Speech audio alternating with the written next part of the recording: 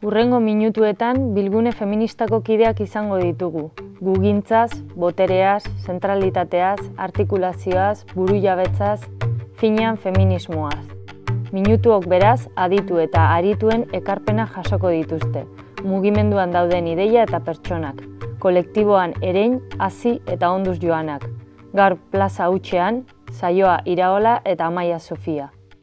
Bueno, ongi etorri gure plaza hutsera, Saioa, Amaia, elkarrizketari hasiera bat ematearren, zentralitatea hartu duen martxoaren 8 honek erakutsi digu, ez, badela mugimendu emantzipatzaile indartsu bat feminismoa, edo feminismoak, zer eman digu, ze ikaspen prozesu atera dezakegu hortik eta ze erronka ditugu aurrera begira. Bueno, esango nuke martxoaren 8 inflexio puntu bat markatzen duela, eta, esan dugu ez, historiaren horri berri bat idatzi duela ere. Orduan, kriston inpaktua lortu genuen, greba feministarekin, bai kanpora begira, ez, eztabaidak zabaldu zirelako eremu guztietan, WhatsApp talde guztietan, familietan, kuadrilletan, lantokietan, ez, eta hor eskutuan egon diren gatazka batzuk azaleratu ziren, eta guztioi interpelatu zigun, ez? Deserosotasun hori sortu zena politikoki oso emankorra izan daiteke, baina baita ere barnera begira, hau da, eragile eta mugimenduoi pila bat interpelatu ziren, ez? Feminismoan non kokatzen ari garen, olakoak diren gure arteko harremanak, eta esango nuke lorpen handienetakoa izan dela mugimendu feministak lortu duen legitimitatea, baino ez alderdi politikoentzat edo erakundeentzat, baizik eta Euskal Herrian bizi diren emakumeentzat, ez? Ordezkatuak sentitu dira nolabait, eta hori gertatu da beraietaz, bere beharretaz, bere ezinegonetaz hitz egin dugulako, ez? Adibidez, emakume askok bere bizitza guztian zaintza lankarga handiak izan dituzte inongo aitortzari gabe, eta hortaz hitz egin genuen, ez, greba feministan. Orduan, esango nuke ere, errekonozimendu eta bisibilizazio egun potentea izan dela.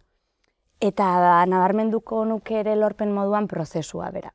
Oso modu ireki, deszentralizatu, autonomoan eman delako, eta sortu dira borrokarako tresna pila bat, hau da, borroka bera demokratizatu dela esango nuke, bakoitzak bere eremutik ekarpena egin ahal izateko proiektu edo bide komun horren baitan. Eta horrek ahalbidetu digu azkenean bizitzan eremu guztiak borroka esparru edo erresistentzia esparru bihurtzea, ez? Eta hor emakume pila bat lotu dira borrokara.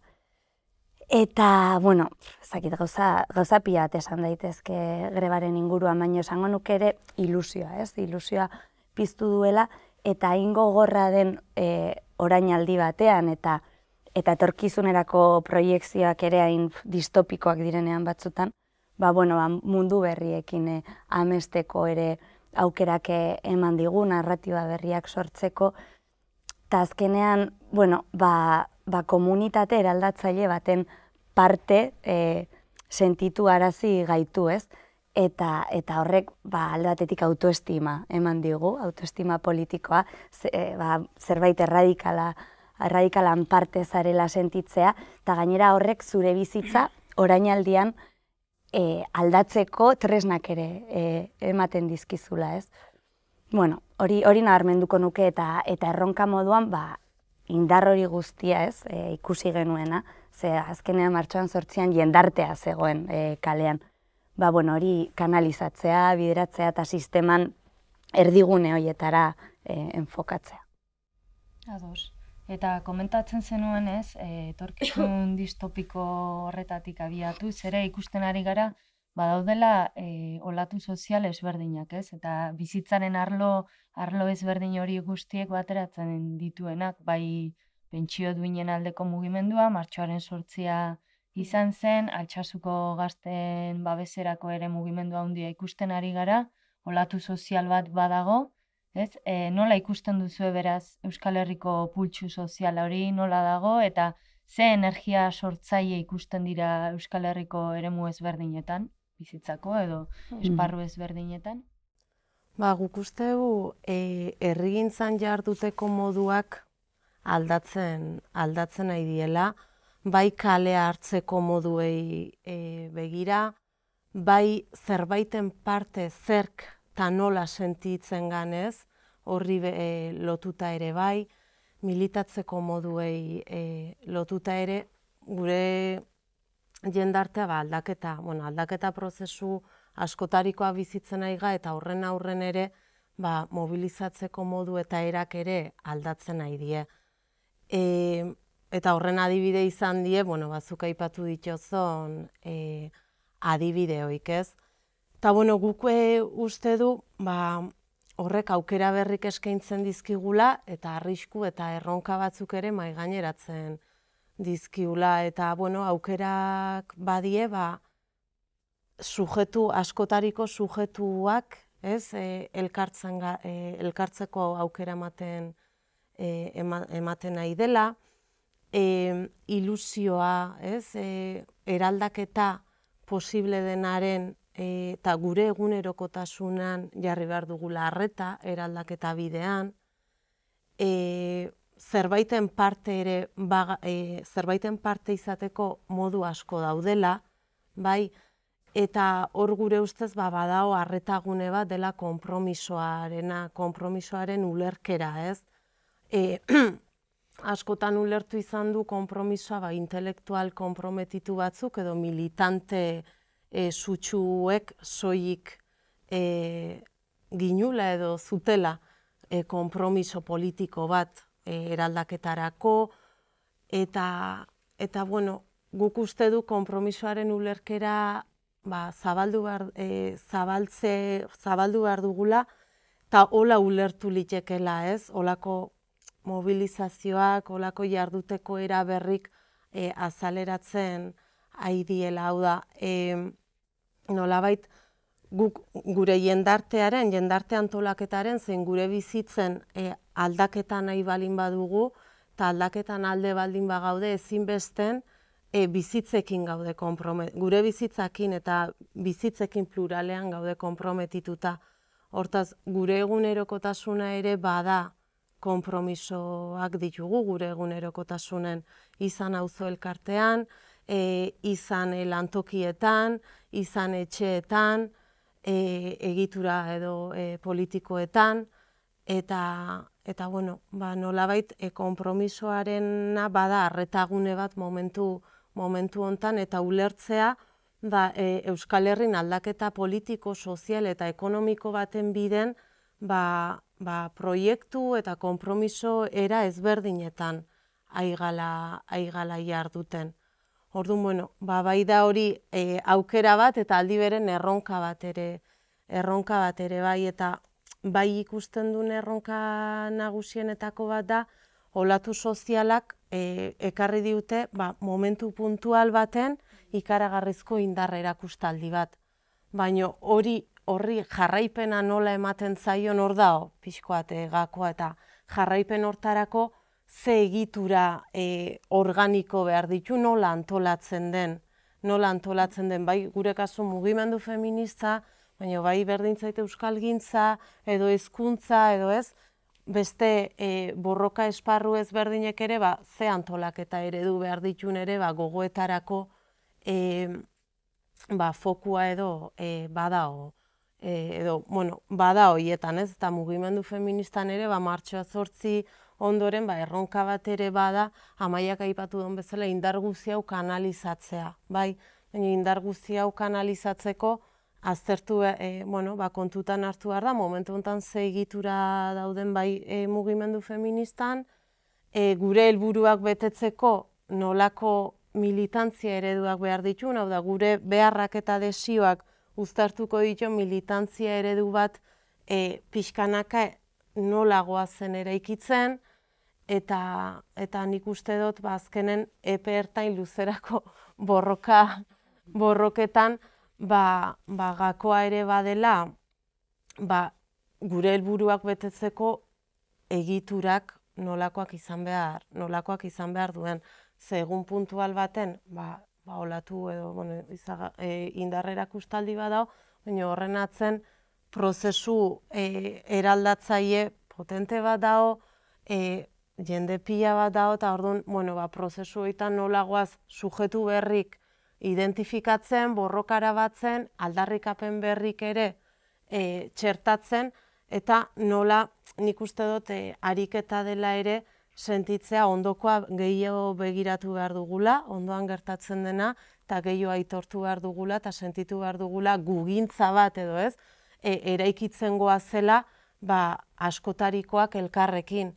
Eta nik uste dut apustu bat, mugimendu feministan behintzat apustu bat badela, desadostasunetatik ikasten goazela, baina adostasunek batzen gaituztela, eta batera jotzeak adostasunetan oinarrituta goazela iten. Eta hor jartzen arreta, ez? Zerk batzen gaitio, nahiz eta ahaztu gabe, gure desadostasunetaz ere eztabaidatu behar dugula, eta elkarrekin joan behar dugula eraikitzen bide hau, ez? Bai gorputzen, bai gure territorioaren eta lurraren burujabetza bide hau. Eta komentatzen zenuen zentzu horretan, nolako egiturak sortzeari begira, subjektuari begira, ez? Feminismoek, eskaintzen dute errealitatea ulertzeko sakoneko begirada bat, ez? Zentroaz hitz egiten da, periferietaz hitz egiten da, privilegio egoerez edo zapalkuntza egoerez, inkluso bilgune feministatik, zapalkuntza aniztasunari buruz, izan lurraldetasuna, izan klasea, izan generoa, ez? Nola artikulatzen da eta botatzen zenuen galdera horretan? Nola egin gugintza, nola artikulatu subjektu bat ezker independentistakoa izan daitekena? Osa, nola eraiki gugintza bat denon artean egingo duguna? Horre nik uste lehenengo galdera dela ze ulertzen dugun subjektuaz, ez? Nola ulertu da subjektu independentista urte guzti hauetan, eta ze imaginario ere, sortu da horren inguruan. Orduan, esango nuke subjektu independentistan ulerkera hortan, herritartasunaren ikuskera tradizional bat egon dela, atzean. Eta horrekin esan nahi dut, eremu publikoari, arrazoiari, lan merkatuari oso lotutako herritartasun eredu bat, era berean oso baztertzailea izan dena, ez? Eta orduan hor, pertsona, herritar pila batek muga ikusezin edo ikusgarri asko izan ditugu parte hartzeko, ez? Politikoki eta modu ezberdinetan parte hartzeko. Orduan hori erronka da, subjektua herria baldin bada, nola egin bazterrik gabeko herri bat, ez? Eta benetan parte hartzailea izango dena, eta nola egingo dugu historikoki parte hartzeko zailtasunak eta mugak izan ditugunak ere hor egoteko. Eta saioak gako pila bat eman ditu, aurreko galderan. Baina, iruditzen zaigu norberak bere kokaleku espezifikotik ekiteko aukerak izan behar duela, ez? Bere realitatea politizatuz eta hortik ekiten, gure arteko desorekak ere izendatzeko ausardia izan behar dugula, ez? Ez bai gara herri edo subjektu homogeneo bat, eta hortik marko politiko komuna eraiki, ez? Hau da, batzen gaituen hortan eta konpartitzen ditugun ipar estrategiko hoitan elkartuz. Eta horregatik bide anitzak, subjektu politiko anizkoitza, erritmo ezberdinak beharrezkoak dira benetan emantzipazio bide batean, ez? Eta horrek eskatzen du borrokak ez mailakatzea.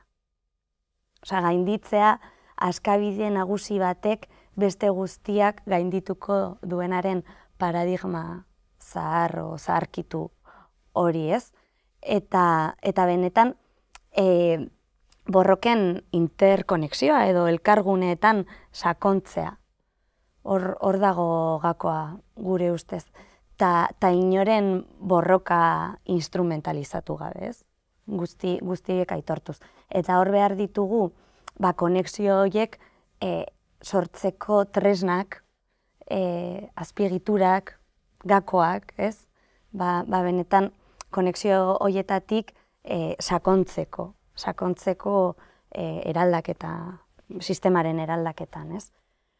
Ta nik esango nuke adibidez, martxoan 8an, pixkat bueltatuta, herrigintza hortan urrats pila bat eman zirela, ez? Mugimendu feminista, orduan, importantea iruditzen zait esatea ari garela. Ez da nola egingo dugu, baizik eta... Orainaldian hitz. Bai, presentera ekartzea eta ikustea zer egiten ari garen, ez? Herri mugimenduetatik, leku askotatik, begiratzea, saiok esaten zuen, ingurura begiratzea, hori aitortzea eta hortik abiatzea, ez? Eta adibidez, greba feministan, egon dira gauza batzuk, kriston balio politikoa dutenak. Hau da, Gasteizen eta Iruña batean, hain anitza zen espazio batean, euskara erabiltzen genuela bermatzea, asambladetan. Hori urteetako pedagogia eta inurri lanaren fruitua da. Edo Tutera, Baiona eta Lekeitio batean lelo eta iruditegi berdina konpartitzea, edo manifestazio batean ere gatazka politiko armatuen ondorioi erreferentzia egitea eta espetxe politika kriminala salatzea, hori kriston lorpen politikoa da. Oso jende ezberdinan artean adostu dugulako, ez? Orduan, gauza horiek rekuperatu behar dira eta horiek impulsatzeko tresnak sortu behar ditugu. Eta gero, bi abiaduratan, ez? Alde batetik dago, amesten dugun herri hori ezaugarritzea eta eraikitzea, eta bestetik dago, herritarrok ditugun premia, urgentzia eta beharrei erantzutea, ez? Ezin dugulako perspektiba hori galdu. Hau da, emantzipazio mugimenduak herritarrekin batera joan behar gara, ez? Bai, eta gehien bat, urgentzia horiei eta lehen esaten zenuten, ez, bizitzaren aldeko horretan ikusten ari gara, demokrazia privatizatzen ari dira, Julek esaten duen hori erabiltzeagatik, edo kapitalaren logikaren alde, ez, bizitzaren kontrako erasoen testu inguru batean, urgentziazko horretatik, ez, nola, eta eman dituzu egako asko, ez, nola artikulatu dezakegu herrigintza prozesu bat burujabetzara, ez, nola artikulatu hori eta horri ezaugarritze feminista bat ematea zer litzateke, zer litzateke prozesua bera feminista izatea, eta nik uste gako asko horreratu dituzuela. Bai, nik uste dut, prozesu, burujabetza prozesu bat feminismotik, ez, nola, nik uste dut Amaia Gako batzuk aipatu ditu, baina alde batetik, bai da, gure ustez metodologien, hau da, prozesuaren olakotasunak eta erabiltzen dien metodologiak, eta elkarri aitortzeko erabiltzen ditugun tresnak eta begiradak zeintzuk dien, oso garrantzitsuk dira. Bai, helburua bezain garrantzitsua dielako prozesuak. Orduan, hori alde batetik. Beste alde batetik, nik uste dut, beste gako bat badela, ikustea, gure inguru, askotariko sujetu horiek denak aitortze. Nik uste dut, burujabetza prozesu batek behar dola empatia ariketa erradikal bat itea. Bai, eta hortik joango gala ere eraikitzen, hau da, pentsatzea, gu itxen nahi gan bidea bezain garrantzitsua dela ondokoa itxen nahi dena, eta denak elkarrekin goazela. Momentu honetan, guk burujabetza feminista gisa, guretzat burujabetza feminista da nolabait bai iparrorratza, baina baita ere prozesua, ez? Eta prozesu honetan guk ez du irudikatzen burujabetza feminista egoera estatiko, ideal eta muitu ezin den zerbait bezala. Guretzat prozesu bada, aldakorra izango dena eta biden bada borrokatzeko eta alternatibak ere ikitzen joateko bide bat, baina bada ere alternatibak aldarrikapen berrik identifikatzeko prozesu bat, sujetu berrik identifikatzeko eta prozesuan batzeko modu bat. Eta gure ustez gakoa da eztabaida soziala sustatu behar dela, burujabetza prozesu baten biden ezinbesteko oinarri badelako, eta eztabaida sozial hori izan behar do konpartitua eta izan behar do kolektiboa. Bai, eta hori bada erronka bat, gaur egun, ez? Nik uste dut, eremu askotatik gabiltzela, ez? Nolabait burujabetza prozesu bat amets eta prozesu horretan ja aigala, baina behar bada bateragune edo eremu komun bat sortzen joatea bada erronka bat duguna, ezkertiar, independentista eta abertzaleok. Eta hori bada momentu honetan guk herrigintzan ikusten dugun erronka nagusienetako bat. Eta ulertzea ere, burujabetza prozesu batek askotariko prozesu ekonomiko, politiko eta sozialak paraleloki joan behar dugula.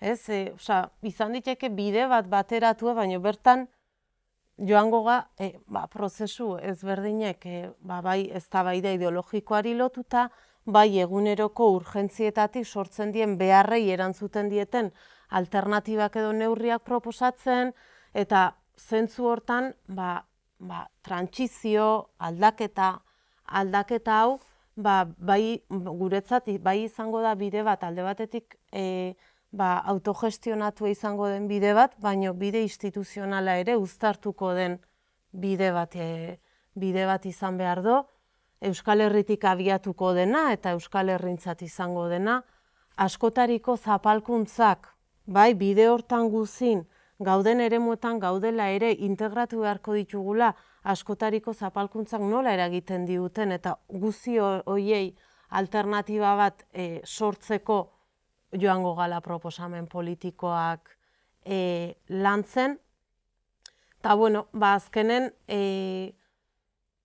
nik uste dut, orain aldian hitzeitea ere garrantzitsua dela, baina bai egie da, baditugula, oraindik ere, erronka asko eta guretzat, ezin dugu burujabetza aldarrikatu edo nazioa aldarrikatu eta gure bizitzak alde batera utzi, edo alderantziz. Horregatik esategu prozesu hau badela, prozesu bat kolektiboa, komuna izango dena, baina badela ere, nolabait norbanakoak ere, prozesu hontan boteretze prozesu bat behar dugula, nolabait bizitzaren dimentsio guzietan eta guzti horiek kolektibizatzeko ere eremuak behar ditugula. Eta gure ustez hori ulertzea klabea da, hau da burujabetza daukela dimentsio bat norbanakoa eta beste bat kolektibo komuna, eta beste alde batetik ere egunerokotasunan jartzea. Eta ze momentu honetan bizitza baldin bada, eta gukala uste du, jokoan da ona, gure bizitza norbanakoa, baina bizitza kolektiboa, eta korpuse kolektiboa baldin bada, zein individuala jokoan da ona, dimentsioik ere aintzat hartu behar die aurre iteko orduan. Horregatik, gure ustez, bai egunerokotasunen arretai hartzea, eta hau da, azkenen ez da, burujabetza prozesu bat, ez da soilik bizitza, maiuskuletan aldarrikatzea, baizik eta bada bizitza duinak ditxo mugetan posizio politiko bat hartzea. Ze bizitzak mugak ditxo, eta burujabetza prozesuak ere, edo burujabetzak ere mugak baditxo. ze guk ezinbesten behar ditugu prozesu ekonomiko, politiko zein sozialak ibilbide hontan, baino gu harreman sozialetan oinarritzen ga. Eta hortaz aparte, harreman ingurugiroarekin gure harremana du, hau da, ekodependentzia bat ere badugu bizigan ingurunearekiko, eta hor muga batzuk badaude. Hortaz, bai posizio politikoa zein ditugun muga horietaz kontzientzia hartzea ezinbestekoa da ere, nolabait prozesu eraldatzaile baten jarduteko orduan. Oso ongi. Burujabetza prozesua feminismoak zeharkatzeak balio dezakeena edo horrek suposatzen duenaz. Ongi, ez dakit besterik baduzuen esateko edo zerbait laburbiltzeko? Bueno, igual hola ideia nagusi edo laburpen moduan nik esango nuke feminismotik ikasi dezakegula burujabetza prozesu batean eta herrigintzan orokorrean lidergoak behar ditugula, baino lidergoiek kolektiboki artikulatu behar direla. Eta horretarako elkarren arteko beharra dugula eta ezberdinen artean artikulatu behar garela. Eta horrek eramaten gaitula eztabaida edo leku ezberdinetara. Alde batetik zer da politikoa? Politikoaren mugak zabaldu behar ditugula, eta eremu publiko instituzionaletik atera, eta azkenean feminismoa aspaldi esan zuen lelo hori aplikatu, muturreraino, pertsonala ere politikoa badela. Eta horrek ere, eramaten gaitu boterearen inguruko hausnarketa bat egitera, nor dauka boterea, non dago boterea, nola erabiltzen gara, ze prozesu ditugu boteretzeko, herritar, emakume, emigratu, gazte gisa, Ta bestetik prozesuaren garrantzia. Nik uste, hori ere feminismotik hartu behar dugun ideia potente bat dela. Eta nik Amaiak esan duen lidergotza kolektiboa eta boterea, gure ustez boterea auzitan jarri beharreko arretagune bat da. Ez soilik burujabetza prozesu bat bada boteretze prozesu bat, baina baita ere bada desboteretze prozesu bat batzuentzat. Historikoki boterearen monopolioa izan dutenek, desboteretze prozesu bat ere behar dute ezinbestean. Eta hor, kolektibook, eragileok, gure ustez badu zein haundi bat.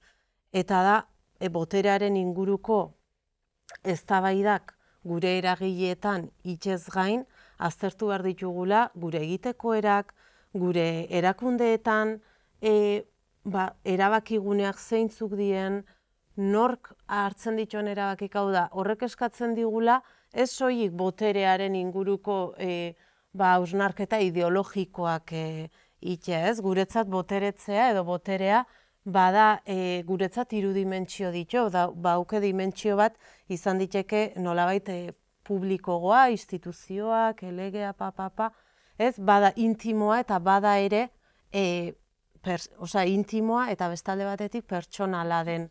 Hau da, boterea 3 dimentsioetan ulertzen du feminismoan. Eta horregatik, ulerkera hortatik, ezinbesten aiga errebisatzen. Ni bilgune feministan militatzen duten, edo feminismoa, mugimendu feministan militatzen duten momentutik, beti onga eztabaidatzen militantzia eredua, asanbladetan nola hartzen dira, asanblada bat bada boterearen demokratizazio gune bat? Ez ozertan.